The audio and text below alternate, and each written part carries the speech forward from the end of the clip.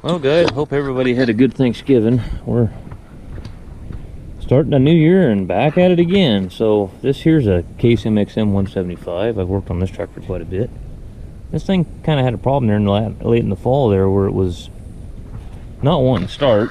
As you can see, the factory hose is gone. I put a rubber hose on it for now, but I have a check valve in that line, an inline check valve plumbed into it, because I was trying to figure out why this thing was a hard start problem. So I got a feeling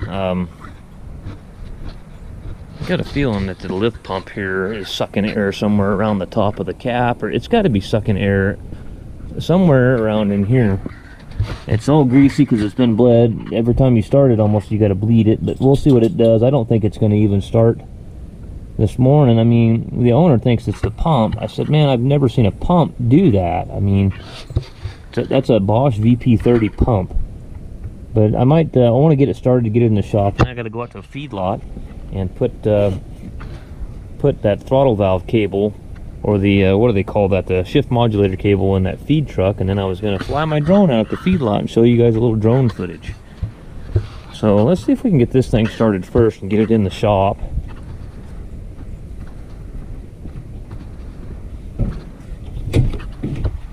I don't know, it usually will start, but it takes a lot of cranking to get it to start. And I mean, you can shut the tractor off. This old girl here, boy, she is just tired. They don't take too good a care of this one.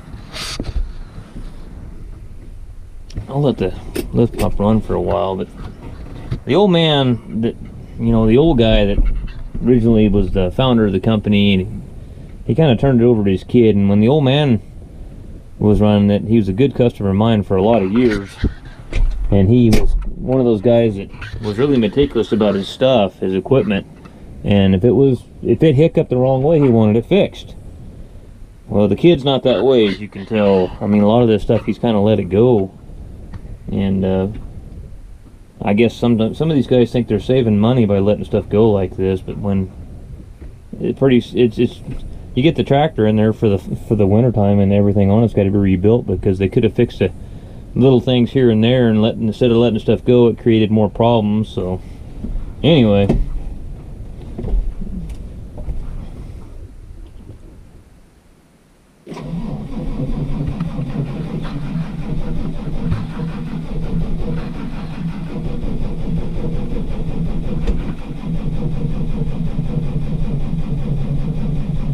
I'm gonna have to have some jumper cables onto it.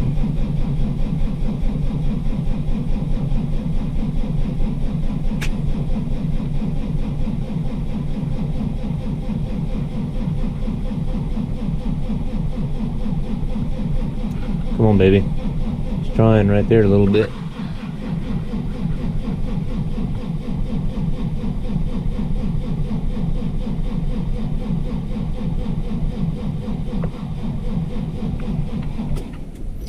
I'm gonna have to put the jumper cables on it. Get her the door. She's gonna just draw the battery down. Alright. It'll start. It always does. It just takes a lot of cranking to get it. And it seems like if you bleed it on the filter head, it doesn't make any difference. I mean, it still cranks and cranks and cranks and cranks and cranks, and then it finally starts. I mean, I cracked it yesterday to get it over here. Finally got it started, but when I cracked the bleeder on it, it took forever for the fuel. I mean, it's almost like the filter was completely empty. I need to get one of them no-co jumpers, but I don't have any money right now. Everything's kind of, the holiday season really sets things back financially, because you got to make sure your kids and everything have a good Christmas. And let's set this thing down.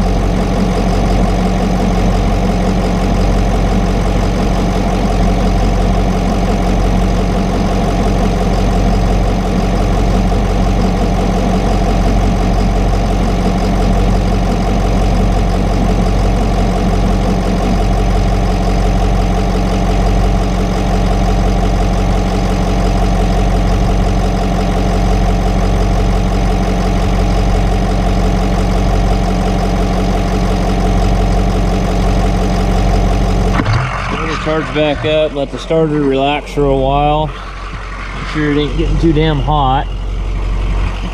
Must be a pretty damn good starter. That thing ain't even hot. Got a little bit of smoke coming out the stack. On Trouble. On Dingus Dingus. What are you doing? Come here. You just act like somebody beats on you all the time. Nobody's ever been mean to you ever.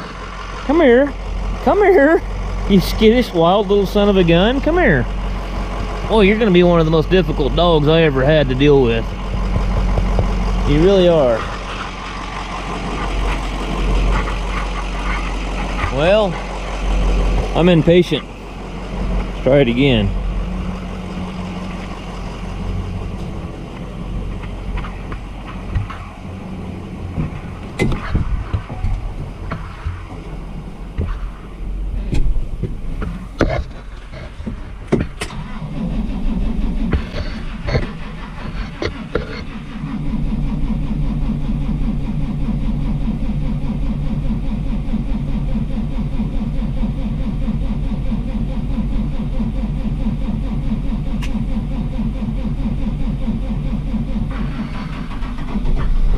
There it goes.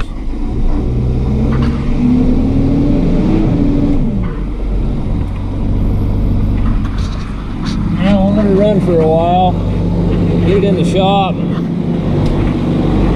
maybe put the battery charger on it, get that battery nice and charged up. We gotta figure out what the hell's going on with this thing.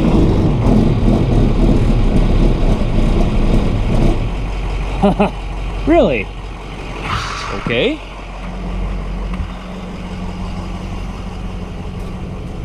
Okay, well, that's, let's see what happened. That's kind of odd deal. What's going on with this thing? Full throttle again.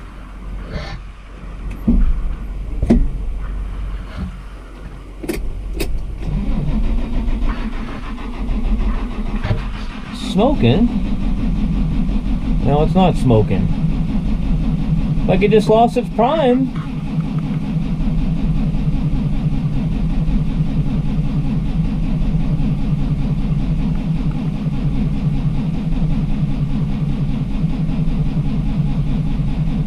That is really strange.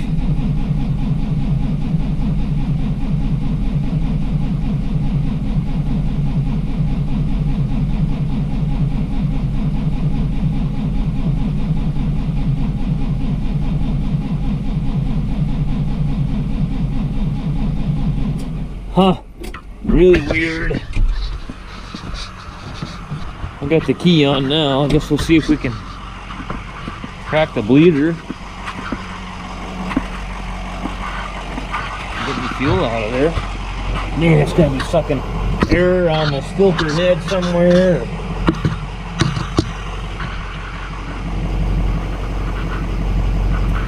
Oh, look at the big old slug of air that come out of there. Look at all the air in there.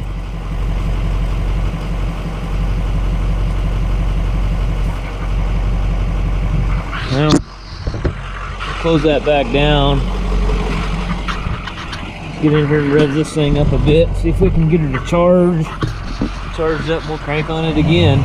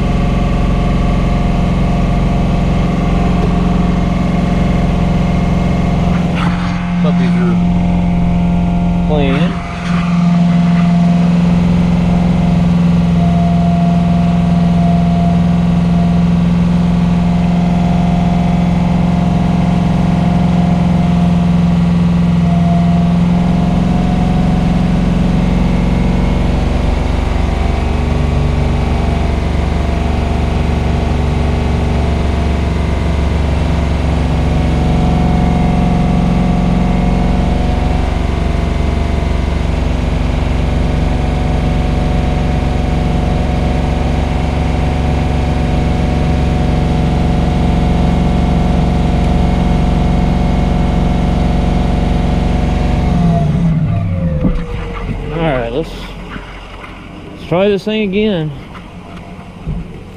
Might have to get some clear tubing and put on that line or something to see if there's air bubbles coming from the tank or the suction. Has the pickup tube got a hole halfway up in it or something in the tank? I don't know what the hell's going on.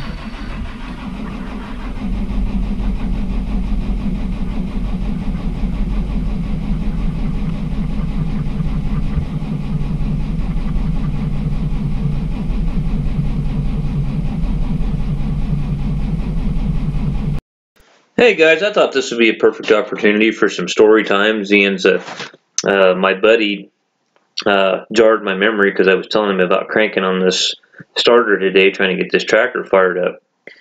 So when I worked for the strawberry nurseries, we had a bunch of irrigation pickups, and we had a few older diesel pickups. We had the one that jars my memory is an '86 Ford with a 6.9 power, or not, 6.9 diesel in it, the old International 6.9 diesel. And they had run it out of fuel, and they went and got some more fuel and dumped in it. I'm really surprised they didn't pour gas in it, because that's how brilliant these guys are. And anyways, they got another pickup because they run the battery down, so they hooked some jumper cables on it, and they cranked and cranked and cranked and cranked on it. Anyways, they cranked on it for so long that the starter, I think the hold-in windings or something in the solenoid had stuck and melted themselves to where it constantly kept the starter and the Bendix engaged in the starter to keep it spinning. Well, the starter would never shut off when they let off the key. So they kind of just walked away from it and just let it smoke itself. Well, it got so hot that when that starter was locked up and turning, that it melted the insulation off that wire that comes from the starter relay. You remember what the starter relay was coming off the right-hand side fenders there and the inside of the hood there on those old Fords, and it had like a single-aught or double-aught cable going down to the starter solenoid. Well, it had gotten so hot that it melted the insulation off, and that wire, that insulated part of that wire, was laying against the transmission cooler line on that old pickup and the oil pan. And it had melted that insulation clear off that and melted the cooler lines into, and it melted about a 3-inch long, I don't know, however wide the diameter of a single-aught or double-aught cable is. It melted a hole right in the oil pan. To this day, I just cannot believe how that pickup didn't catch on fire and burn to the ground. But that's one of the stories I can tell you where the place I worked. A lot of people ask me, how did you get so much experience? And I can tell you one thing about it. That's probably one of the worst places. I worked there for, I don't know, 10 or 11 years. But it was the most chaotic time of my life. This company, and I'll say what I'm there if somebody's going to say I'm running them down, but I'm just going to tell you the honest truth. They don't care about their equipment. They had management that didn't care about their equipment. We were told to be quiet and just fix it. Don't bitch about it. So that's kind of what all they did was all they did when they said stuff like that, because I actually grew up farming, and I like to see people take care of the equipment. If we had employees working for us when I was a kid and working for my family, my grandpa would not put up with that crap if you were hard on the equipment, and especially if you were abusive to the equipment. You'd be sent down the road packing your lunch a long time ago. But now with this outfit here, no.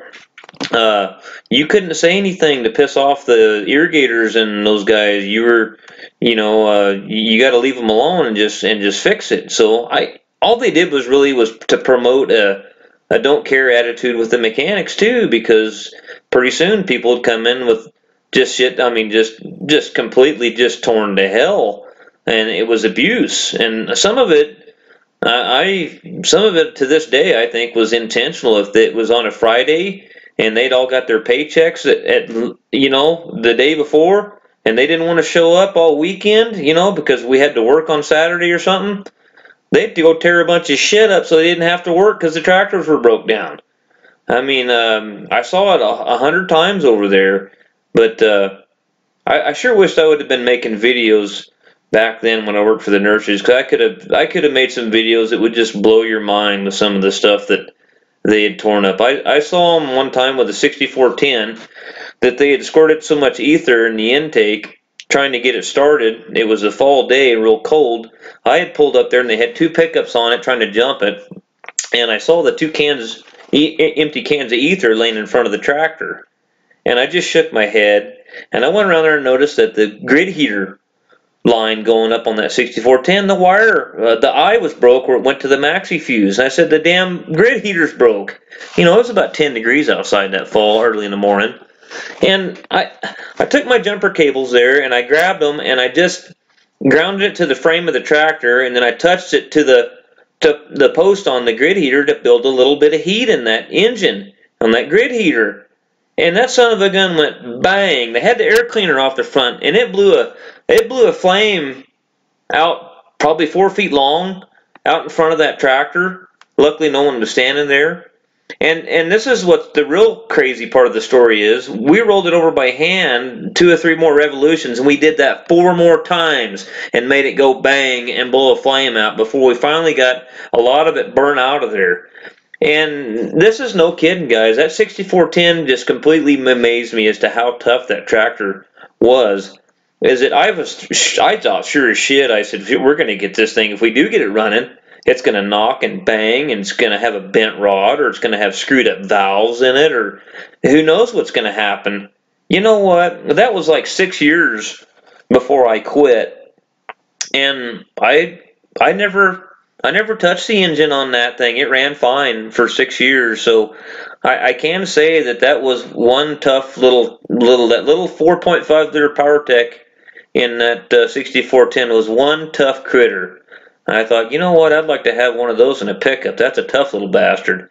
But there's just a couple of stories.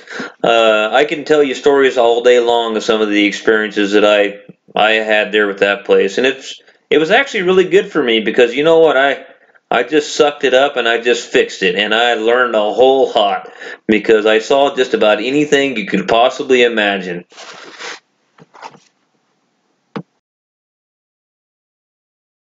I got 4 lines cracked up on top.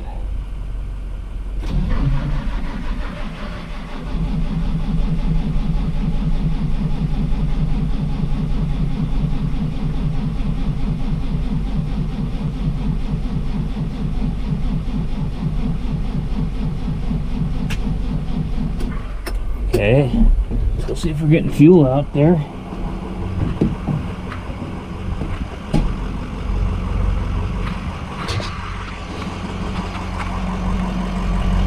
Oh yeah, there's fuel. I can see fuel on the top of the cylinder head. Lots of fuel.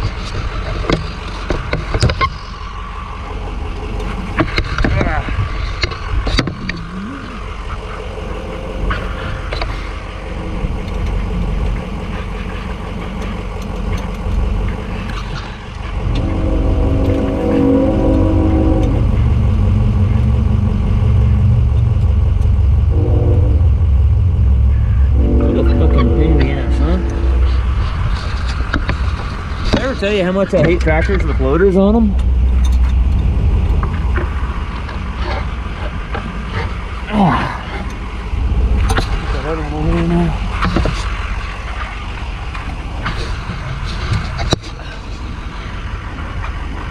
Can't put the camera anywhere.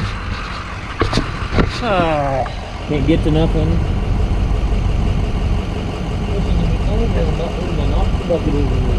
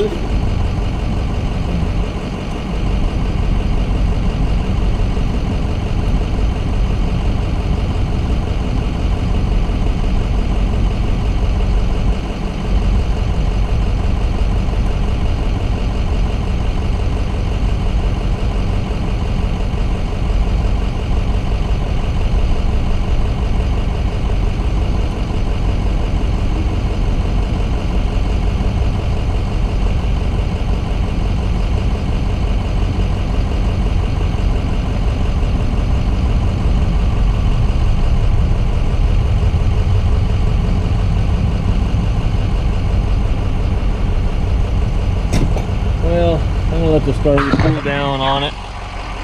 Let it charge for a while and we'll try her again. Here we go again.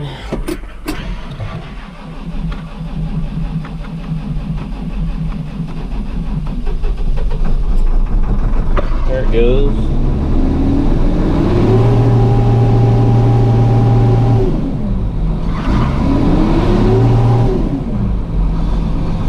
She's a runner.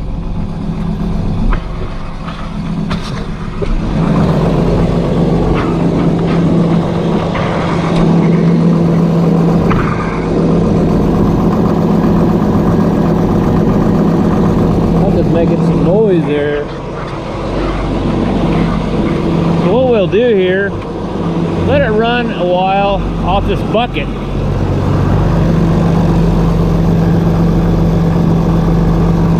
Oh, bolts are gone out of that shield right there, making it rattle. Thought I heard something. I got a line loose.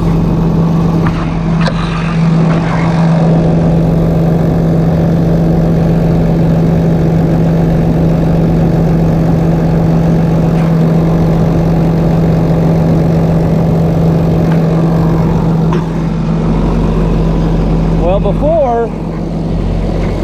before you would just shut the tractor off, and I mean you couldn't let it set 1 minute and it wouldn't start again. It would start, but you had to crank and crank and crank and crank on it to get it to start. We'll let her run for a while here off this bucket.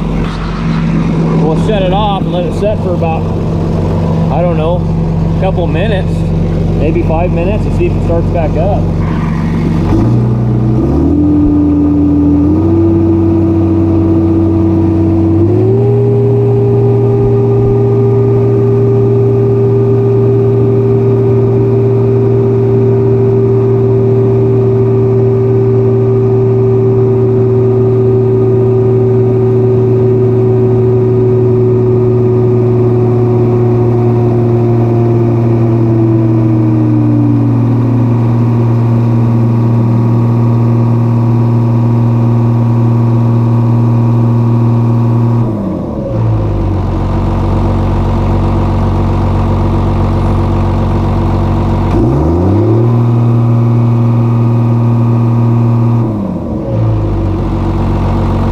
The air would be out of the system now.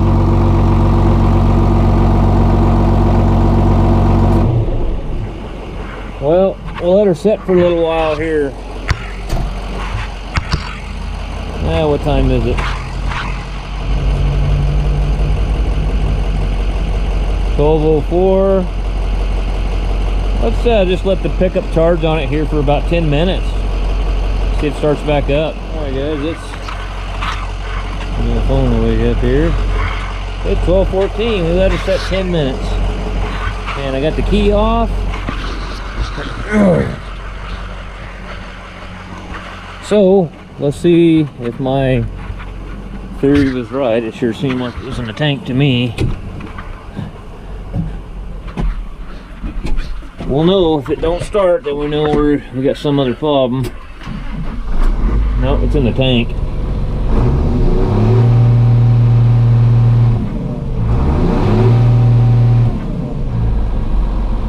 Might just pull it out right here. It ain't that bad out here. Okay, will that come out? Will that come out? It's a screwdriver or something to get that unplugged. There's 4 Phillips screws there.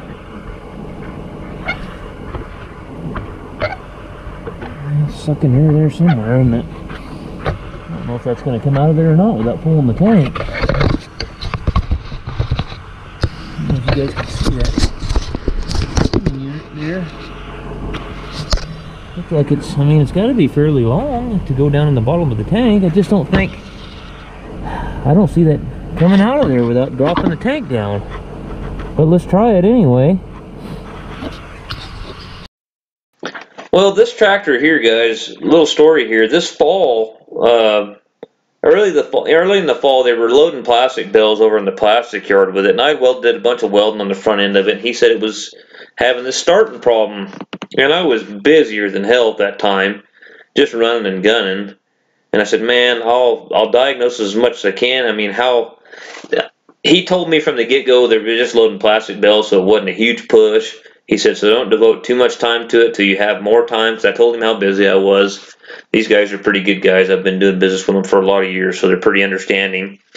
And but when they do have an emergency, I'll drop everything and I'll get them taken care of.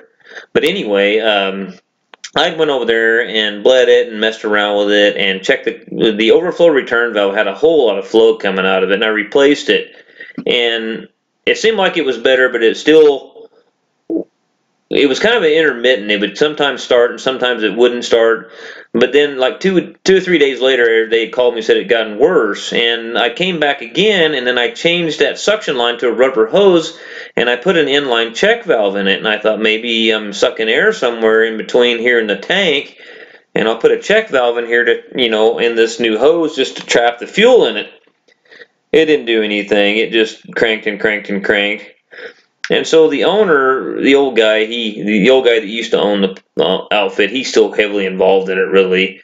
I kind of called him and told him what was going on, and he said, well, I think it's the pump. And I said, I'm pretty sure it's not the pump. I've never seen a pump do that. I mean, you're on the pressure side on the pump. I mean, it ain't gonna. It's on the suction side. We're not getting the fuel to it. We're getting air in it. So right there, as you can see, when I pulled that sending unit out, where that metal pickup tube was pressed into the female portion of that plastic cap, basically, if you will, that goes into the tank, it had just split and cracked there. And that probably more than likely what happened. The tractor's got about 9,000 hours on it. Yeah, it's probably just that plastic just gets old and brittle, and the vibration from the tractor bouncing around and running, and it just finally spread it and split it. So I'll have to, if you get a problem like that, that's a good way to do it. Just get a bucket. If you suspect that you're running, just buy, if you can, like, I posted a link with a picture on this on Facebook, and Chris Faribaugh said it's hard to bypass some of this stuff with the special fittings, and that is a very true statement. Some of these newer tractors that are new in this, it's almost impossible with all the specialized quick coupler fittings to bypass this stuff. But if you can, put a bucket there and suck out of a bucket, and it'll save you a lot of time. Here, guys, I got a drone. It's not a really great drone. My kids got it for me for Christmas, and they actually had money to buy a nicer one. But my son was pretty smart in his thinking. He said, Dad, I'm going to get you this cheaper drone. It's only got 720p camera, but it has the Wi-Fi and the GPS. He said, but I want you to get this one because, you need to learn how to fly one first, so before you get a $500 one or a $1,000 one and crash it and destroy it. So he bought me this drone, and actually not this one. Here, there's more to the story here. So he bought me this drone, and for Christmas, and I took it out and flew it at the house. I don't know, one time. And I took it down to McDowell like on Monday, I think it was, the Monday before, on New Year's Eve. And I flew it around the shop a little bit, and I was actually going to make a video and stuff with that, but I went to Pape to get some parts that day, and I drove over to Merrill, and I had the dogs with me, of course, as I always do. And I was standing there out in front of the store there in Merrill talking to another mechanic, Pete Nygren, bullshitting with him. Well, we both decided, I don't know, we probably sit out there and bullshitted probably 10 minutes and about all the projects that we had going on and how far behind we were because of Christmas. And, we were just doing our typical mechanics thing. We ain't happy unless we're bitching about something. And anyway, I got in the pickup there in trouble. Because I know it wasn't Daisy and Duke, because Daisy and Duke don't do anything like that. And Trouble had chewed that thing to smithereens. I mean, one of the motors for the prop was hanging on the wires. It was clear out of he chewed it clear out of the cover, the support for it. I mean, it was just totally destroyed. And I had to really, really you know, it wasn't the money thing of it, you know, it was that the kids got me that for Christmas, and it really, really, really pissed me off. I wanted to kill that dog. It was all I could do. I was driving down State Line Road, and I thought, there's nobody around.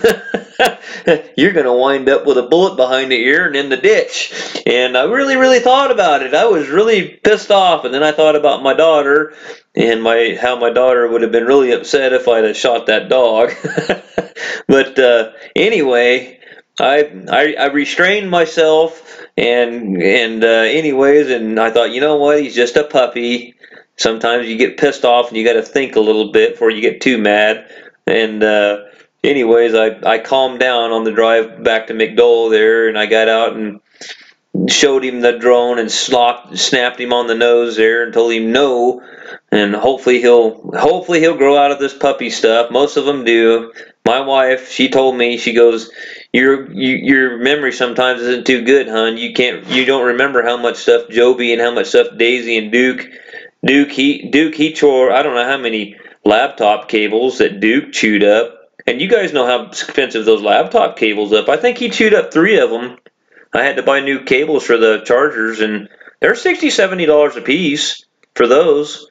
And but no, I took it. This is the number 2 drone. My wife went ahead and next day aired another one and got it over here because I really wanted to fly one around and put some video footage. It's not real good footage. It's only got a 720p camera, but I'm going to fly this one out on a few videos and just get used to flying it and not crash the drone, hopefully too much, and try to get more steady with it. See, I'm real jerky with it. I got to get steadier with this thing and watch what I'm doing. But anyways, I thought maybe you guys might be a little bit excited that I got a drone and we can see some of this beautiful countryside that I get to work in from day to day. So anyways, thank you very much for watching, and thanks for all the good comments that you guys leave.